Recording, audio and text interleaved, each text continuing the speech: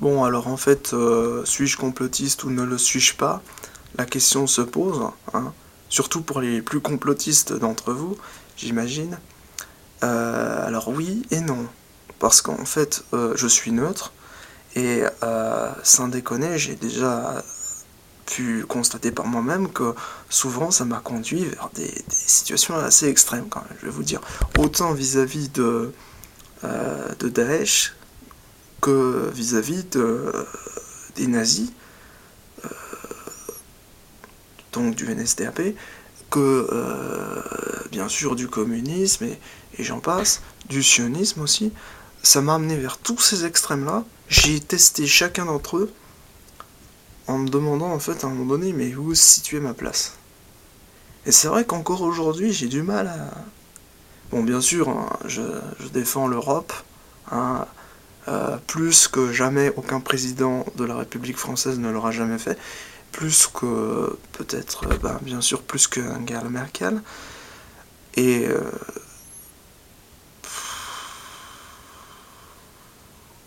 au moins autant qu'Oscar Freisinger, et que... Enfin, comme un Autrichien, quoi. Le truc, c'est que, sincèrement, la question que je me pose surtout, et qui convient de se poser, en fait, c'est ce que tout un chacun est. Et c'est cette question qui est la plus importante. Parce qu'il n'y a pas de... voilà, il y a une égalité en tant qu'être humain qui n'a pas été respectée.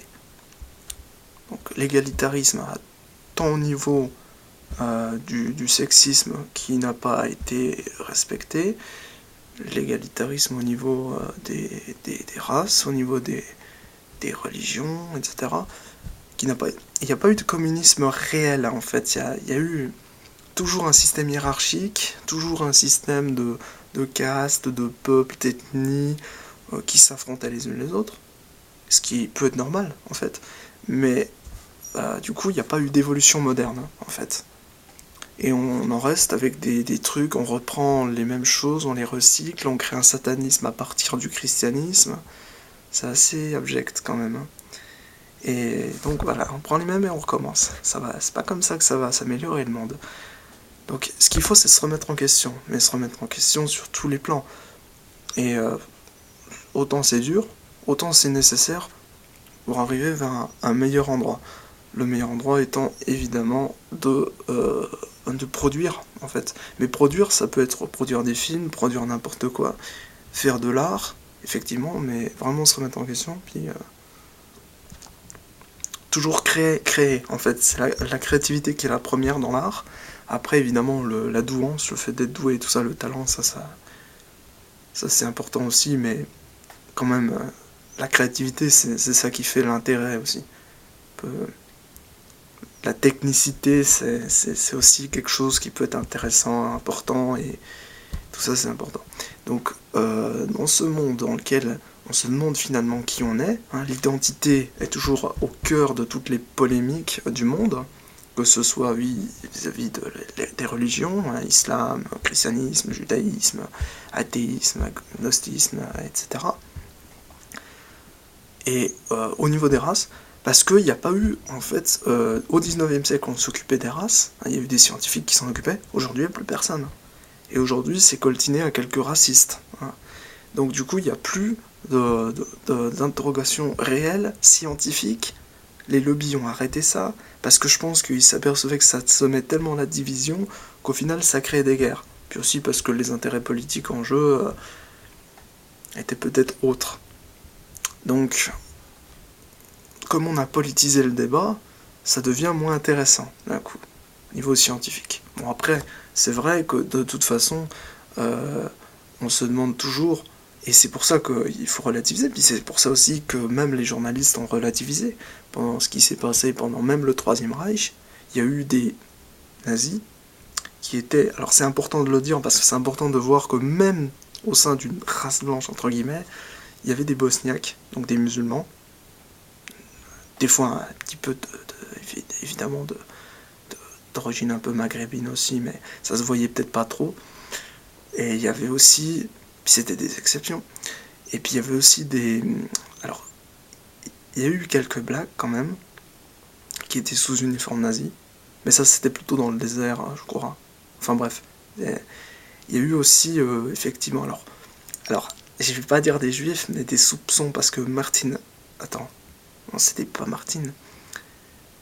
Comment il s'appelait déjà? Eichmann, en fait. Il a un nom ambigu. Et pour moi, je me suis demandé pourquoi en Israël il a été interrogé particulièrement et pourquoi il a gardé le silence. Et moi, je me dis, c'est possible, hein. C'est peut-être complotiste de le dire, mais c'est peut-être un peu vrai aussi. Euh, Peut-être, qu'il était d'origine juive, ça le gênait en fait, peut-être de se dire, oh putain, j'ai participé à ce massacre. Ou alors il était simplement nazi, puis il se disait, mais pourquoi j'ai été pris et tout, et pourquoi moi, et en Israël, comme ça, ils sont venus me chercher du Chili ou d'Argentine, je sais plus, Paraguay ou Uruguay, enfin toujours ces mêmes pays, tu vois, d'Amérique latine, où les nazis ont fui, et ils se sont retrouvés entre eux, puis avec d'autres Allemands, Suisses, etc. Hein, bien sûr, c'est un folklore total. Mais c'est très cohérent. Donc du coup, c'est pour ça que dans ces pays, ils nous aiment autant. Donc, donc en fait, à ce niveau-là, il a dû se demander qu'est-ce que je vais dire, quoi. On est nazis, c'est tout.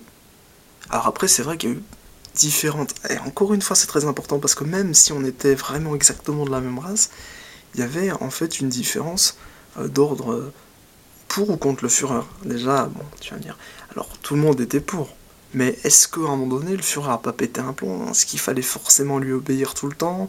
Est-ce qu'il n'y a pas eu une résistance? Parce que la résistance, c'est important, même chez les nazis. Chez les officiers nazis, il y a eu une résistance à ce qui paraît. Hein. Et je pense que oui, une résistance pour dire, ah, il faudrait quand même stopper, quoi. Alors après, moi je suis peut-être pas d'accord parce que peut-être cette résistance allait le tuer, mais dans tous les cas, c'était quelque chose de... Alors qu'on pouvait se contenter de le mettre au frigo. C'est un compatriote aussi. Et en fait, moi ça m'aurait gêné de le tuer. Le mettre au frigo, non. Même s'il aurait ragé, hein. Il m'aurait traité de traître, mais bon, il y a des limites quand même. Le truc, c'est que, honnêtement,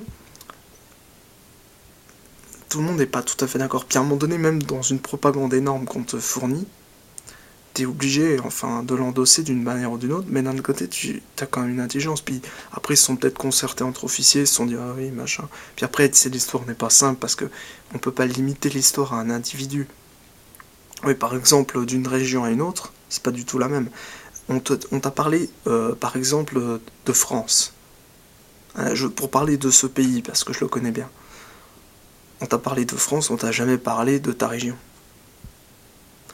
Et c'est vrai que Bretagne, Vendée, Franche-Comté, Bourgogne, Alsace, Lorraine, Pays Basque, Catalogne, même Corse, et on extrapole sur la Réunion aussi, tout ça n'a pas du tout la même histoire. Et après, il existe une autre histoire qui est celle de ta famille, et ça, je t'invite à la connaître, et il faut demander à ta famille parce que là, je peux pas. C'est très important parce que c'est les trois histoires qui se mélangent et qui n'ont rien à voir les unes avec les autres, parce que si tu retiens seulement la grande histoire de France, tu retiendras rien de ta famille. Ça se trouve, t'as aucune origine en France, et ça se trouve, t'as juste des origines, mais t'as des origines souvent extra françaises, en dehors de la France, et voire même carrément en dehors de l'Europe.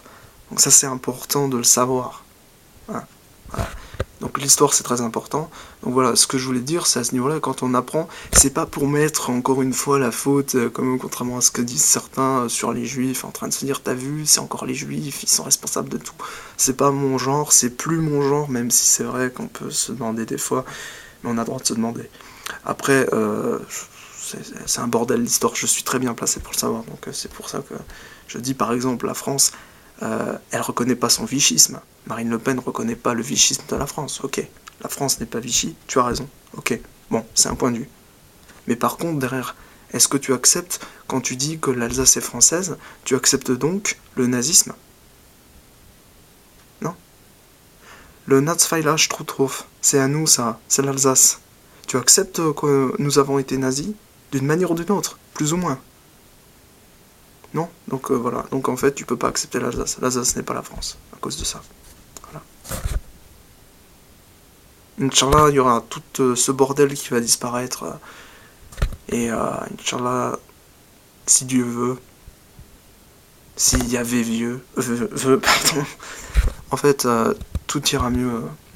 Mais il faut que l'humain se remette en question et son histoire aussi. Hein. Voilà.